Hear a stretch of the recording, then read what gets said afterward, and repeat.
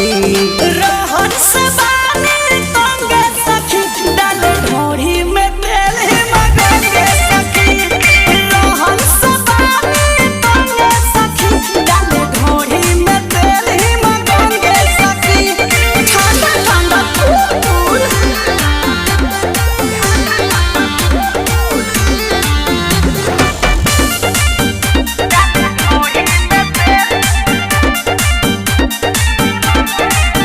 खेला खेले लागेला तो झमेले लागेला, हमर सौंसे शरीर तड़पने लागेला।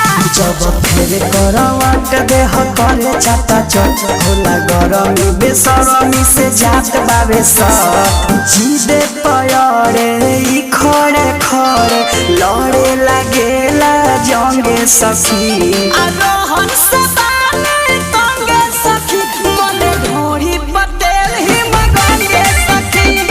रहन से बानी तंगे सखी, मने ढोरी पर तेल ही मगंगे सखी। पलंग में बता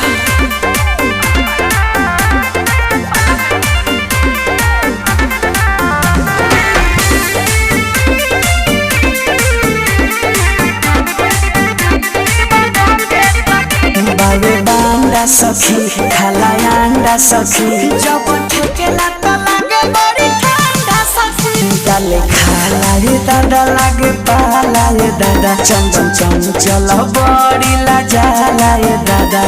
जब जब माले तब कले कले हिले लागेला पलंगे सखी। तलो